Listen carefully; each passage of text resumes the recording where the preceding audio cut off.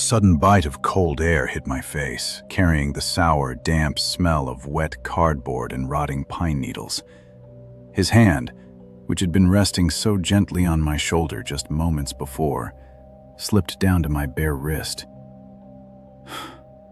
The fingers locked together like a steel vice. Bone ground painfully against bone. The polite, helpful smile never left his face as he turned, his grip tightening, and began pulling me violently toward the dark tree line. "Let's go back." It was the late 90s, right around the middle of my 4th grade year. The kind of overcast, oppressive afternoon where the sky hangs low and gray, threatening rain, but only ever spitting out a few cold drops. Our school had organized a field trip to a small, rural wildlife center about an hour outside the city limits. It wasn't a sprawling, modern zoo. It was an aging, fenced-in property that featured a handful of small outdoor habitats for local wildlife, and one massive, cavernous main building. I was, by most accounts, a quiet kid. I preferred the edges of rooms. I didn't like the loud, chaotic energy of the other children, and I had a habit of wandering off if something caught my attention. My teachers knew this about me. My mother knew this about me.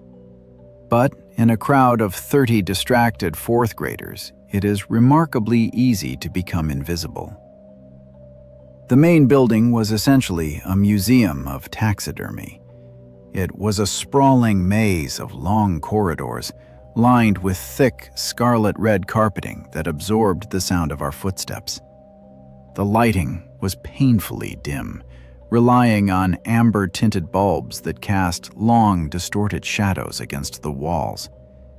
Behind thick panes of glass, dozens of stiff, lifeless animals were frozen in unnatural poses, their glass eyes catching the faint light. As Mrs. Gable, our weary homeroom teacher, was trying to gather everyone near a display of a black bear, I quietly stepped backward. I slipped around a corner, looking for a restroom. I hadn't asked for permission. I didn't want the fuss. I pushed through the bathroom door, used the facilities, washed my hands in the freezing water, and stepped back out into the corridor. The silence was immediate. The muffled chatter of my classmates was completely gone. I was standing in a section of the hallway we hadn't explored yet.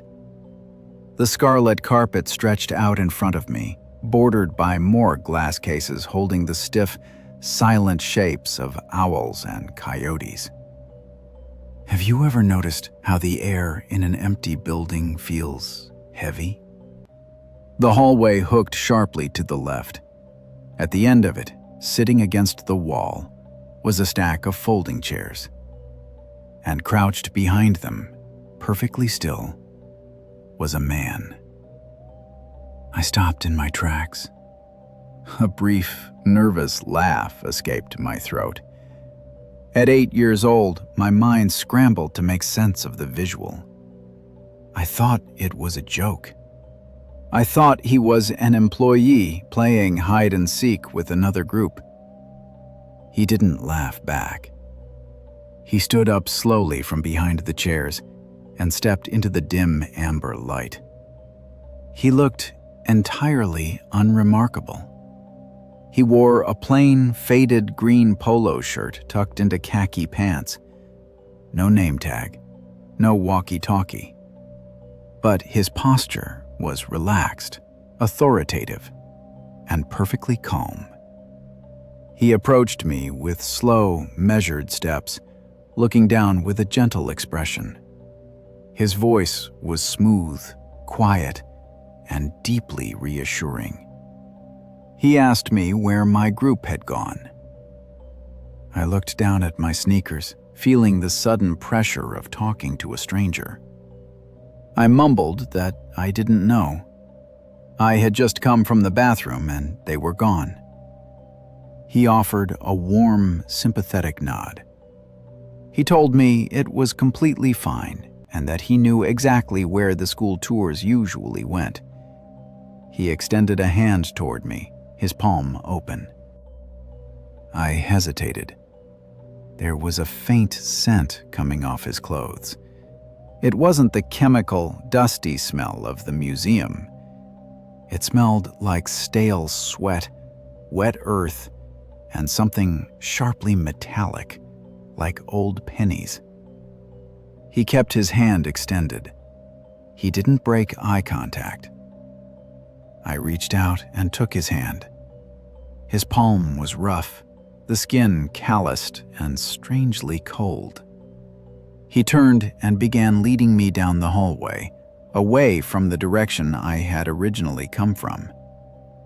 We walked in silence for a few moments. The glass eyes of the taxidermy animals seemed to track us as we passed. The only sound was the soft thud of his heavy boots sinking into the red carpet. I looked at the walls. The displays were becoming less frequent. The lighting was getting worse. My mouth went completely dry. I pulled back slightly, my voice barely a whisper, and told him that I thought the main lobby was back the other way.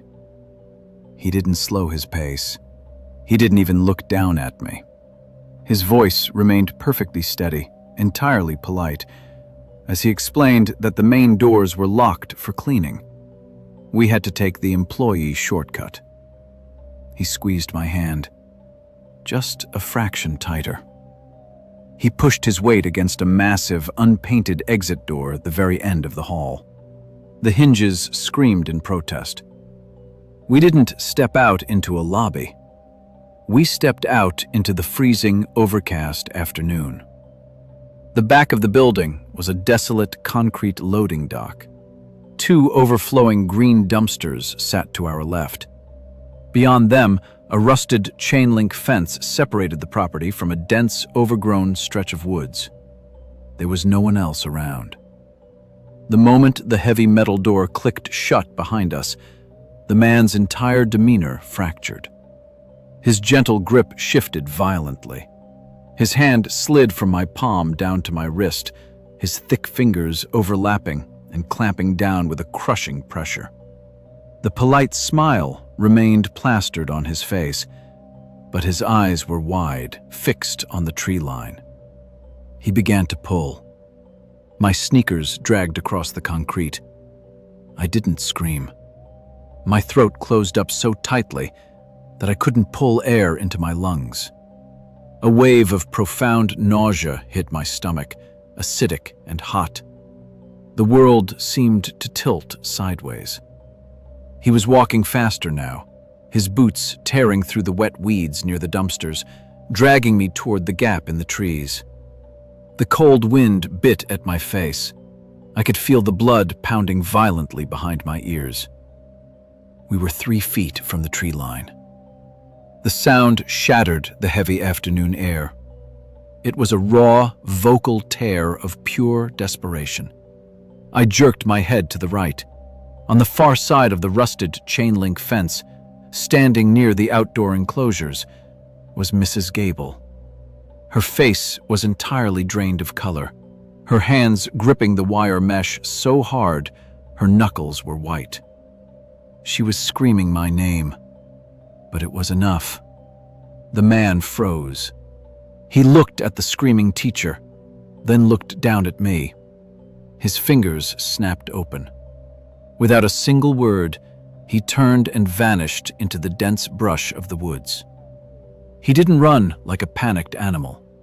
He slipped into the trees with a terrifying, practiced silence. Seconds later, the heavy metal door on the loading dock flew open. 3 other teachers, who had run all the way through the building, rushed out onto the concrete.